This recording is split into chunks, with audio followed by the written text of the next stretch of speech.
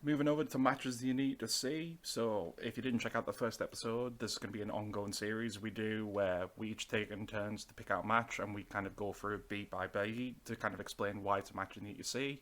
Doesn't always need to be like an absolute classic of a match. It could just be something that you just really like. It could be something that's just got comedy in. It could even be something that's just so bad it's good. Last week I did the six-man Hell in a Cell from Armageddon 2000, and it's Garrett's turn this week to pick the match, so I'll let you take it from here. Thank you very much. My match is from the Best of the Super Junior 26 final. It is Will Ospreay versus Shingo Takagi. And you caught up on this just recently, didn't you? Yeah, so I managed to catch it this morning. I reignited my New Japan profile.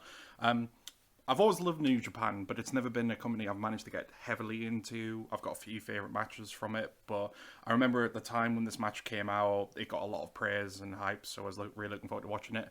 And I absolutely enjoyed it. I thought it was absolutely brilliant. It was such a good match. Yeah, I mean, for people that aren't super familiar with New Japan, they treat the Super Juniors or the junior heavyweight division is, I suppose, their version of 205, their version of the cruiserweights, and it's treated with the same revelry as pretty much any other part of it. You won't see the main event, their biggest show, but they do have their own huge shows like this, like the Best of the Super Juniors. It's the Best of the Super Juniors is like their main junior tournament every year, and this was one of the sort of big crownings of Ospreay. This was sort of his one of the big stories they've been telling with Ospreay over the past few years is his elevation to the heavyweight division, moving up, sort of being led by his mentor Okada as part of the stable Chaos. And the guy that he faced in the final of the Best of the Super Juniors is a guy called Shingo Takagi, who had recently at the time joined the LIJ stable, Los Ingobernables de Japón. That was And it. if you look at the man, he is no junior. He is huge. He's built. He's a veteran of the business. So it was pretty strange to see him in the junior division. He doesn't wrestle like a junior. Sure, he can go toe to toe with them pretty much in speed, but he doesn't really do as many of these big flashy moves that they do. Going off That that, because I yeah. remember you set this up. Does the junior division have I'm assuming they do have a weight limit. So how was it that Shingo kind of was involved in that year's tournament? I think they do technically have a weight limit, but it's kind of more if it fits for the story, they'll just kind of roll with it. So like WWE essentially. Kind of. I mean, there was a. Do you remember 205? Um, God, I doubt anyone really remembers this, but there was a point during 205 where they were just kind of trying everything they could. Well, everything apart from actually like promoting them and putting them on main shows. Yeah. They put it was around the time that I think the belt got taken off of Enzo. They put in Gold Dust into 205 Live. Well, I do not remember that. Yeah, yeah, and I'm pretty sure Dustin is not 205. No, no, definitely not. Yeah, well, I guess Japan does that now, but they do it a little bit better. Um, but yeah, onto the actual match, I suppose. Yeah. It's the crowning of Osprey. He comes out with a goddamn samurai sword, stands in the ring, holds it out to Shingo. Have you ever seen that image of the smug cat with a someone's holding a knife to it and it's just looking at you smugly? Shingo kind of had that face to him.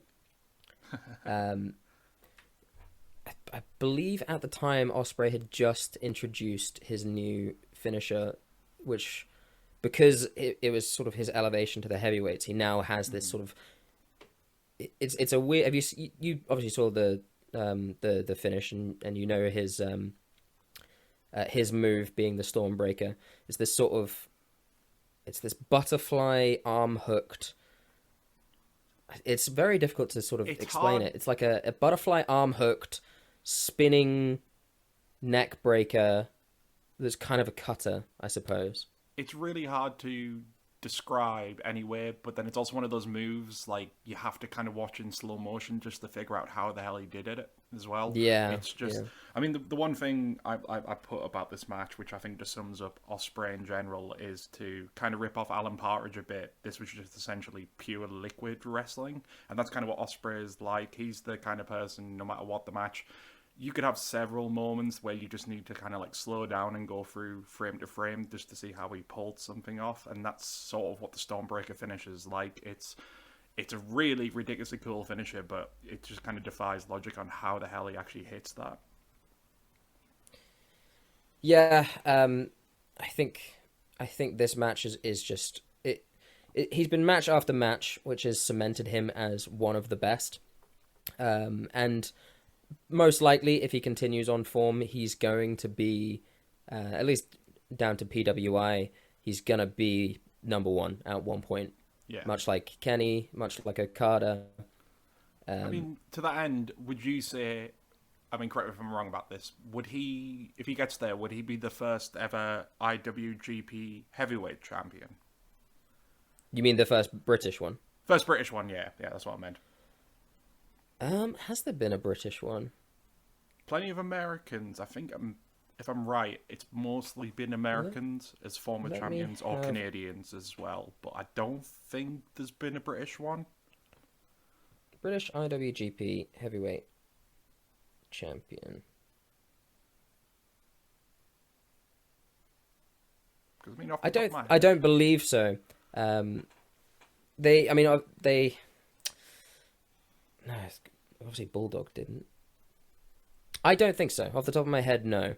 I don't think there has been. I think for like Gaijin, it's strictly been American and Canadian. I could be wrong about that, but that's kind of the ones that spring to mind. Like we were talking a bit before the recording, like people like Hogan, Vader, Omega, and Jay White. I've also got Australian there as well. Then, but I can't think of any British names, to be honest. Well, I guess just by process of elimination, you look at these big names. I suppose Jay White excluded because he's a relatively new star. But you look at these names and they're given the title because of star power and star potential. It's why Hogan had it. It's why Vader had it. If you really think about a British star reaching that level where you think, oh, Japan must have got this guy in to take the belt. The only, I mean, who really? The only British name that springs to mind that was a fairly big star in Japan, but I doubt he was ever on the level for the heavyweight, would have been Dynamite Kid. But again, he's more pivotal in the fact it was the junior division he helped bolster up. Away from that, I guess, did Davey Boy ever wrestle in New Japan with him? I don't know if he did. I know that you did well, Junior or Davy Boy. Well, David Boy Jr. is there, but I meant his dad, British Bulldog. I don't believe so. No, that's fine then. I mean, to be honest, it's only been. I mean, British wrestling would have still been at a big peak back in the 80s, but again, you look at the top stars that were probably on British TV at the time, they would have never been something New Japan would have put the belt on. Like, you couldn't see Big Daddy coming over and winning the IWGP title. Right. I just don't think they would have ever done that. Well, I suppose back when we had Hogan level stars, we had Big Daddies, and we had all of these characters. The IWGP title was just a completely different ball game. Obviously, this was probably around the time that Inoki was holding on to it, and yeah, I suppose Ospreay will eventually be the first British IWGP heavyweight champion. I think so as well. It's like you were saying there, but even in the open hype package for this, it's clear they're trying to build him up as being that top star. And I think that 2019 was kind of a banner year for him, because I was looking over things like the sort of star ratings Meltzer gives out, Yeah. and the bulk of the highest earners that year were all kind of linked to Ospreay matches. So it was definitely one of his sort of like big years in wrestling where he was kind of really exploding into that sort of main event level scene. Yeah, yeah, definitely. I mean, he's now officially moved up to the heavyweight division. He's wrestled in the G1 a couple times now. He's just turned on Okada, setting up his own stable where he is the leader of it, which is where you can really see that they've put all of the this push behind him, and they are, they're with him. He was someone who was sought after by every company, and should he leave Japan, which he probably could have gone, much like Ricochet did, to WWE, and he would probably have been put in an even higher profile spot than Ricochet, but he's stuck with Japan and decided that this is what he wants. And I think it's a very Japanese thing, Japanese mentality, that a job is for life. So they do, where in a lot of places, and you'll see it in some wrestling companies, where sometimes your loyalty isn't rewarded. In Japan, it often is, because of just the mentality they have. Yeah, of course, of course. I mean, I think we've still got a few years of him in New Japan because he seems comfortable there, and I think he does want to work towards getting the IWGP title run. Whatever happens after then, I think we will eventually see him move over into maybe WWE or possibly AEW. I think AEW might be a better fit for him. I think it's going to depend on how big he gets his brand, because it's like Ricochet is obviously one of the best high flyers alongside Ospreay. Like, they've had some amazing matches, like ridiculously good matches, but he did incredibly well in NXT, and now he's just kind of lost on the main roster. He's not really doing much, so I just wouldn't want to see that of Ospreay, given how hard he's worked to this and like how much he's really sort of bolstered himself up over these last couple of years. So, I mean, it's going to be interesting to see what he does if he does ever decide to leave New Japan. That's one thing for sure. Yeah, I guess it just then furthers the point of how Japan treats its like junior heavyweight division. It's not really, it may not be in the main event spot, but it's not lesser than. It still has massive followings, and there are people in the junior position that are far more over than the heavyweight, like Ospreay is, like Takahashi. Takahashi was so incredibly over. You'll see countless people in the audience with his little stuffed cat. But I'm getting super sidetracked just talking about how much I love the junior division and just Japanese wrestling in general. The match itself, you have this like sort of clashing of styles. Takagi he's built, he's huge, but he's not slow. So he really does match Ospreay for speed, but where Ospreay can best him in like technical maneuvers and high flying moves, Takagi can hit you with one of the most devastating lariats in professional wrestling. Yeah, absolutely. I mean, what you're saying there with the clash of styles, it's not too much of a clash. It feeds into each other quite well. So like you're Right. saying there, he's not one of those typical big men where he just kind of lumbers around the ring. He is quite quick and he can pull off agile maneuvers. Like, the big thing for me that really started to get me hyped into the match was not long after the opening, there's like an insane sequence of reversals that feels like they just string 20 reversals together in such quick succession, where they're just countering everything until they're just basically at a standoff again. And then it's things like in the opening, he shoulder tackles Ospreay, but Ospreay just immediately kicks up from it. Yeah. I think when people who don't watch New Japan think about New Japan, and even I guess we haven't helped in the way that we're talking about it. They just talk about moves and they talk about speed and they talk about all of this. But when someone does a kip up and or does a springboard off the top rope, they take a beat. They get the reactions. They allow the crowd to sit with it. He does this kip up, and Takagi gives him, this incredibly evil look where it's just like you're allowed to sit with it, and it's a credit to the production team that New Japan have, where the product is made to it is made to feel more sporting like. It's more like an event. There are cameramen ringside at these things.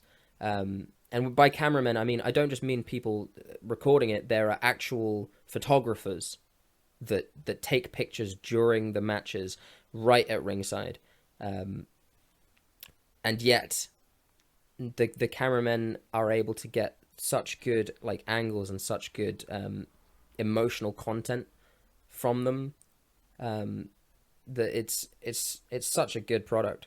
No, I agree. I think it is one of those things where the argument is there. New Japan has always lobbied as being more legitimate than other companies, so especially for the longest time, they weren't big on kind of stories, which has kind of changed over the last couple of years. But it's one of those things where they try to just tell the story in the ring. So there was obviously some build at this between the two, but because the big thing going into this was Shingo was undefeated at this point as well, wasn't he? Mm-hmm. Yeah, so they were building up on that, so that's good. And then it's just the fact, like, it's not quite big versus little. Like, obviously Shingo is a lot more powerful than Ospreay, but they do kind of fit in that well, because it is a great back and forth contest of Shingo always kind of delivering the more powerhouse moves, but Ospreay, to his arsenal, is able to do, like, more better kicks. He's just got that more agility to him, so it does feed in well, and it does tell a really interesting story as the match goes on, just by the moves they do and then the way they're reacting to one another. Yeah, because the sort of first part of the match for Shingo is sort of dominated by just sort of shoulder tackles, sort of heavy chops, sort of like kitchen sink knees as well. And then there's a point in the match where he does this just absolute. It's the tandem of both of them sort of making it happen. But he does this pop up Death Valley driver that is so clean.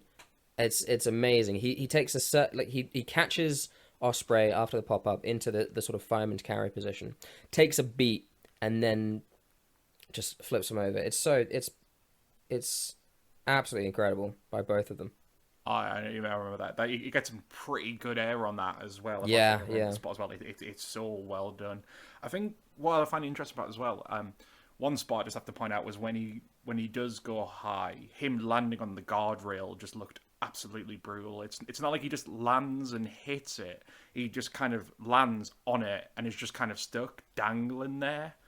I was just when yeah he leaps over, hits Ospreay, and then sort of his lower body just like yeah he gets laid out on the guardrail. Yeah, he just gets tangled in it because, like, if someone hasn't seen New Japan before, their guardrail is just essentially a blue rail. It's not like WWE's black all matte kind of one. It's just blue with bars, and it looks so unstable. But then you've got a big guy like Shingo just doing a flip through the air, landing on it, and it just supporting him up. But then not long after that, I think it's where it feeds into Ospreay just balancing on it and then flipping back off to land on top of Shingo. So again, the moves that were pulling out in those kind of high risk stuff were really creative throughout this match. Mm-hmm. One thing that that New Japan have, like WWE have some of the best referees. Obviously, Robinson is one of the best of all time. Mike Yoda, when he was there, amazing. But you'll notice some red shoes on the referee, and you'll know him by the name Red Shoes. Just watch him in New Japan matches. He's so incredible at just highlighting things. There are points where someone will do a power bomb or something like that, and you'll just see him in the background, not stealing the limelight, but just heightening the moves and the story, and just putting both people over. No, I agree. I think Red Shoes might be my favorite referee because Yeah, you're right. he fits more with what you would expect from a referee in this thing. He obviously has to call the match, but he does generally show concern for the wrestlers. So when something gets pulled off, like an insane move, he will just obviously react accordingly to it. And it's even like things like if it's getting really into the later stages of the match, because this one did go on for like about 30, 40 minutes, when it feels like it could be reaching that end and someone kicks out, even he has that look of disbelief of like, how in the hell did they kick out of that? And it's like little things like when he went on the outside just to check on them both and Yeah. basically was saying, I'm going to have to do the count out now, just so essentially they were aware, and then just goes kind of straight into it. He just basically does a great job of feeding into the action that happens in the ring, as well as just kind of doing his duties as well. Yeah, just watch his mannerisms when he's doing a 3 count.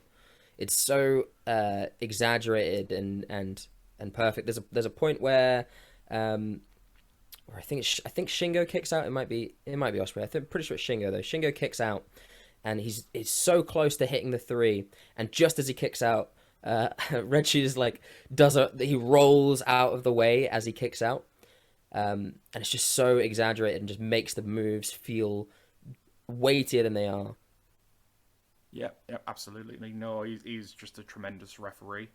Um, so something that just feeds so well into it, and again, it's just one of those things to see. It's not like WWE's referees are kind of good at that kind of thing as well. Like Sean can say what they can, but I just think Red Shoes is just a cut above the rest when it comes to like his referee work.